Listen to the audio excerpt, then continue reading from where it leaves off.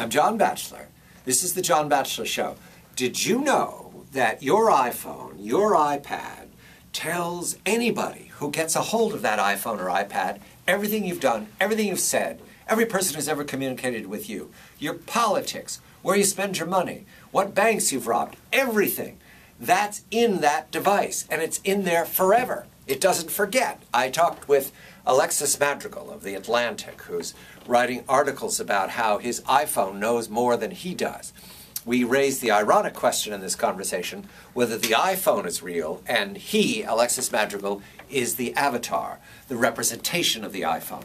I asked him if was I safe because I didn't have an iPhone, I just had an iPad. In fact, I've got two. The response was, no, I'm not safe because the iPad has all of the information, everything, every text message, every person you've ever dealt with, everything you've ever got, every bill, all the emails, all your everything. Now, is this a good thing or not? I can't get anybody to decide. It's a little worrying. People think, well, they'll know where I've been, but they know much more than that.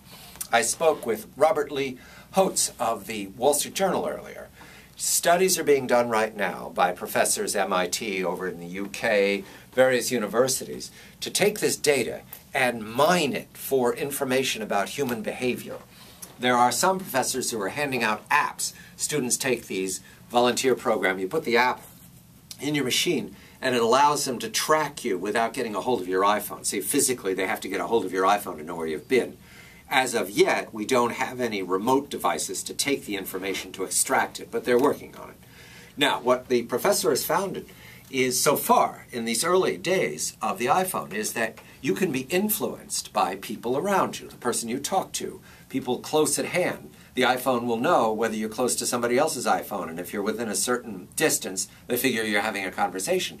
The iPhone can then track chronologically the last person you talked to who had other conversations with other characters and decide which were political and which were non-political conversations.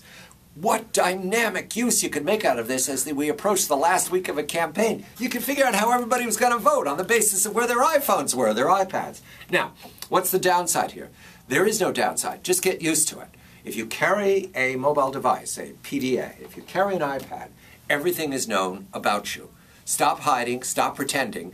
The only defense we have is that there's so much information, nobody cares. I'm John Batchelor. This is the John Batchelor Show. My iPad's around here somewhere, and I'll say goodnight to it. Thank you.